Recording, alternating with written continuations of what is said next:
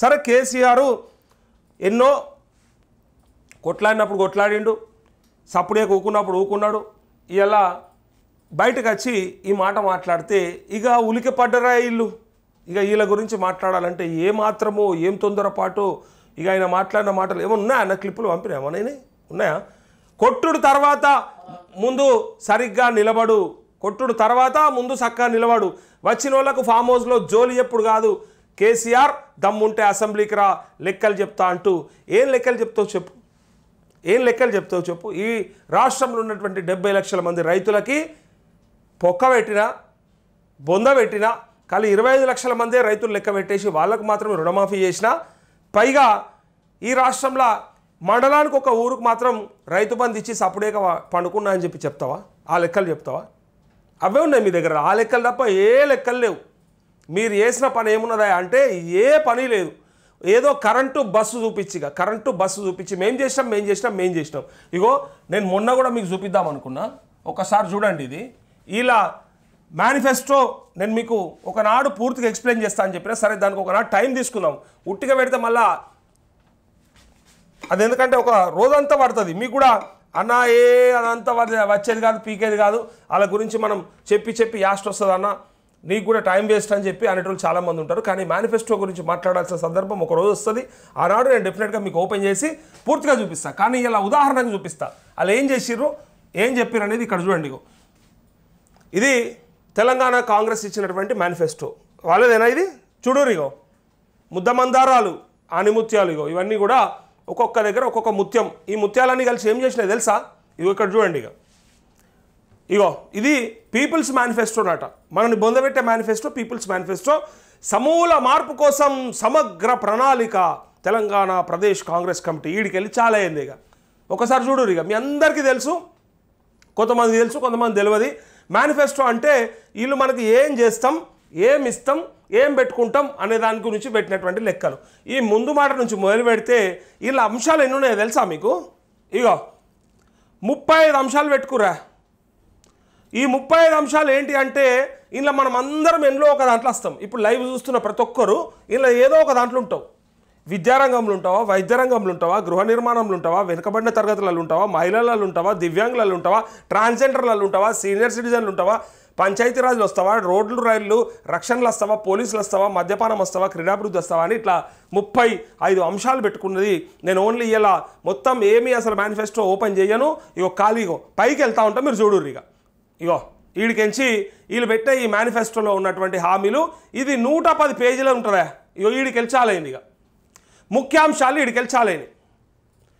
సుపరిపాలన, అమరవీరులు, ఉద్యమకారులు, సంక్షేమం అంటూ ఒక్కొక్క దాంట్లో ఎన్ని పాయింట్లు ఉంటాయి? 1 2 3 4 5 6 7 8 9 10 9 10 ఉంటాయి ఒక్కొక్క దాంట్లో. ఇగో ఉన్నాయా, కనబడుతున్నాయా? ఈ రైతులు వ్యవసాయంకి సంబంధించేదే చదువుదాం, ఎందుకంటే మన రైతులే చూస్తారు కాబట్టి. వేరే ఏదైనా సరే మిగతా అన్ని కూడా వర్గాలందరికీ చెప్దాం.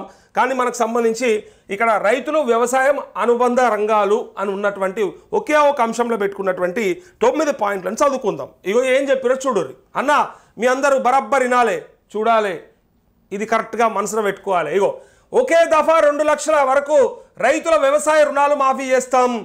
ఇక ఈ సన్నాసులను దేంతో మాట్లాడాలి, దేంతో చెప్పాలి, వీళ్ళకి సమాధానం చెప్పుర్రు. ఇక్కడ మేనిఫెస్టోలో ఏముందా? ఒకే దఫా. ఈ దఫాలు ఈ ఉడతలు పట్టే ముఖంగాళ్ళు విడతల వారీగా చేసారు. 1వ విడత అదో 4 రోజులు గడిచింది, 2వ విడత అదో 4 రోజులు గడిచింది, 3వ విడత అదో 4 రోజులు గడిచింది, 4వ విడత ఇప్పటిదాకా ఇంకా నడుస్తూనే ఉంది. 4వ విడతల పేర్లు వస్తే పైసలు కూడా ఇప్పటిదాకా రాలేదు. ఇప్పటిదాకా వేయనటువంటి ఉడతలు పట్టేటోళ్ళు అనకపోతే ఇంకా ఏమనాలి వీళ్ళని చెప్పుర్రి. ఓకే, ఇక్కడ పక్కకు పెట్టుర్రి. అందున ఒకే దఫా అంటే చేయడం చేతగాలే. కేసీఆర్ చేసిన అప్పులు నాశనం పట్టింది కాబట్టి మేము చేయలేకపోయినాం. 2 లక్షల వరకు ఓకే, వరకు ఎక్కువ ఉన్నా తక్కువ ఉన్నా వరకు అన్నారు. 2 లక్షల లోపే అని కనుక ఎవడన్నా ఇక్కడ పెట్టి ఉంటే ఇలా నేను కానీ నా రైతన్నలు కానీ సపరేట్గా కూకుందరు. 2 లక్షల లోపు రైతులకు వ్యవసాయ రుణాలు మాఫీ చేస్తామని ఎందుకు రాయలేకపోయారు? క్లియర్గా చెప్పుండ్రి. వరకు అంటే ఏంటిది, లోపు అంటే ఏంటిది, అక్కడ వరకు అని మీరు ఎందుకు క్లారిటీ ఇవ్వలేకపోయినారు? ఆనాడు మేనిఫెస్టోలో మరి వరకు అంటే ఏమనుకోవాలి చెప్పుర్రి కదా. ఫర్ సపోజ్ ఇక కొన్ని ఉదాహరణలు కూడా చెప్పుకోకపోతే మళ్ళీ మనము వెనకబడిపోతాం. ఎందుకంటే క్లారిటీ ఉండాలి మనకు. వరకు అంటే ఏంటిది, లోపు అంటే ఏంటిది అనేది మనకు ఒక క్లారిటీ ఉండాలి. లేకపోతే కూడా మనం ఆగమైపోతాం. వాళ్ళు పెట్టుకున్న ఆ పదజాలం ఎట్లా వాడిరు చూడు, తెలుగును ఎట్లా వాడిరు చూడు. ఫర్ సపోజ్ ఇక్కడ వరంగల్ నుంచి, ఇగో ఇది వరంగల్ నుంచి ఇక్కడ మేము ఒక రోడ్డు వేయదలుచుకున్నాము హైదరాబాద్ దాకా అని పెట్టిరు అనుకుందాం అన్నా. ఇట్లాంటి ఉదాహరణలు కొన్ని ఇంకా వేరే వాటికి కూడా మనము చేసుకోవచ్చు. ఒకవేళ ఈ వరంగల్ నుంచి హైదరాబాద్ వరకు రోడ్డు వేస్తాము అని పెడతారు.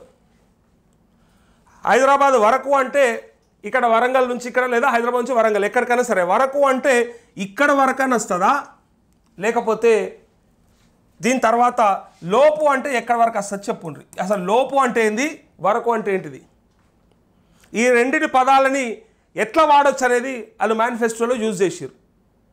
వరకు అంటే హైదరాబాద్ రోడ్డు దాకా వేస్తారా, లేకపోతే ఎక్కడనో నడిమిట్లనే ఉప్పల్ కాన్నో లేకపోతే గట్టుగట్టే నడిమిట్ల మేడిపల్లి కాన్నో ఏ షీట్స్ పెట్టేస్తారా, అదన్నా చెప్పాలి.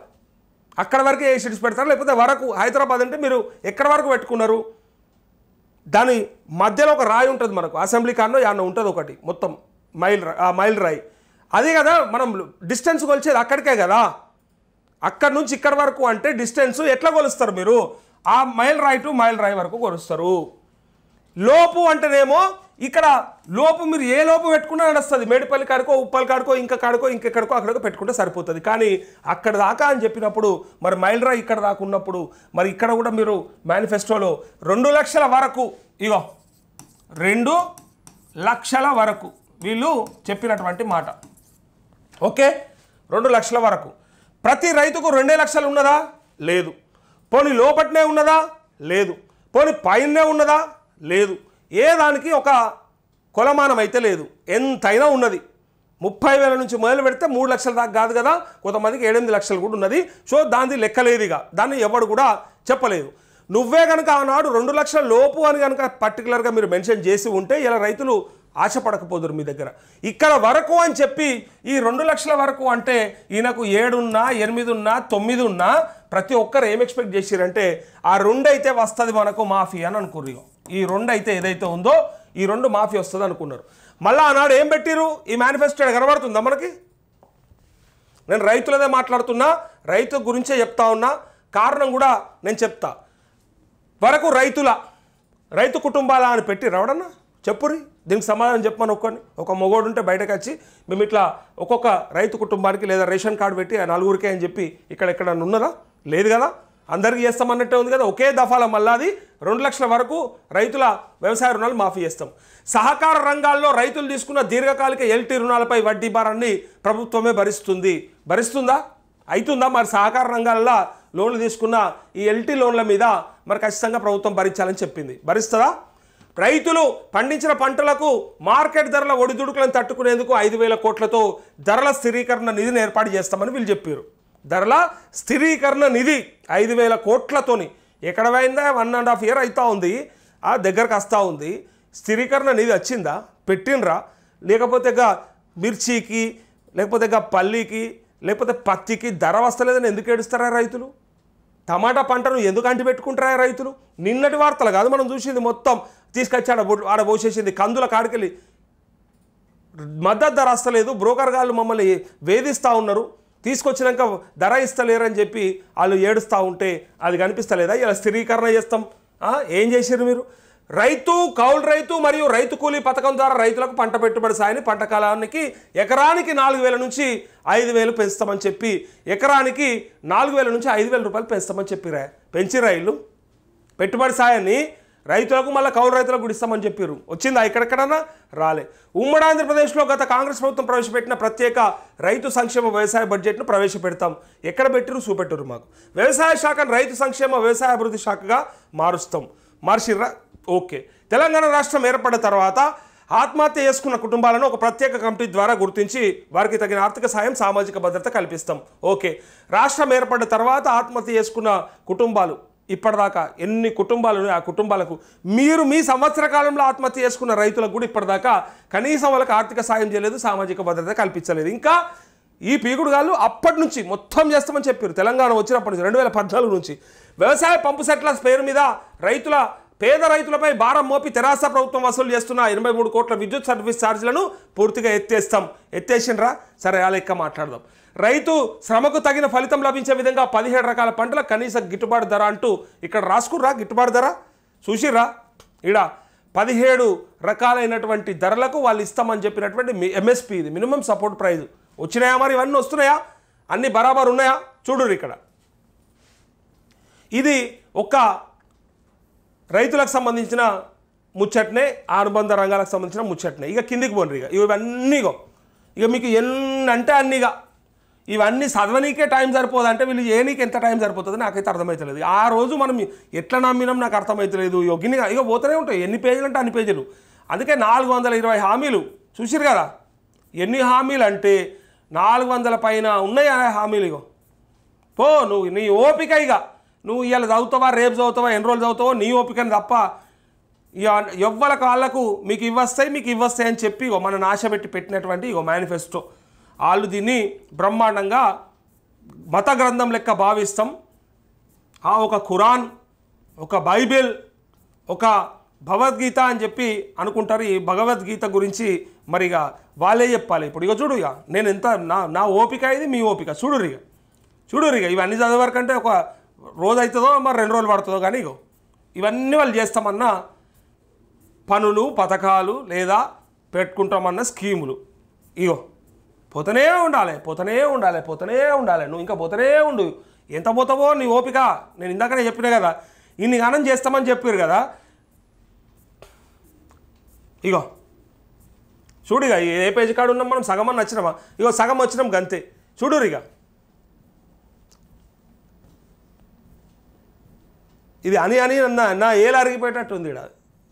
ఇక పైసలు వస్తాయి రాదా తర్వాత సంగతి, కానీ ఏలైతే అరిగిపోతుంది. స్క్రీన్ ఖరాబ్ అవుతుంది అంటావా? ఈ ఈలతోని పెట్టుకుంటే అనవసరంగా మన స్క్రీన్ ఖరాబ్ అయిపోతుంది అంటావా? ఇక పీక్తావి కానీ ఏం చేస్తాం? ఇక పబ్లిక్ కోసం తప్పలేదు మరి. ఇక చూడు,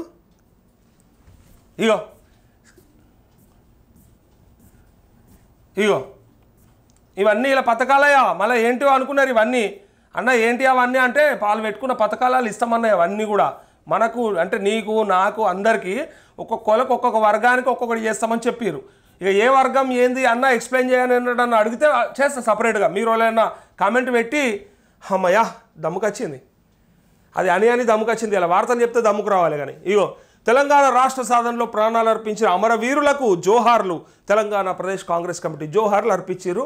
ఆయనత 7 దాడ ఇడిచిపెట్టేశారు. ఈ జోహార్లు అర్పించారు కానీ మరి వాళ్ళకు 250 గజాల జాగిత్తమని చెప్పారు. ఇచ్చిర్రా? వచ్చినాయా?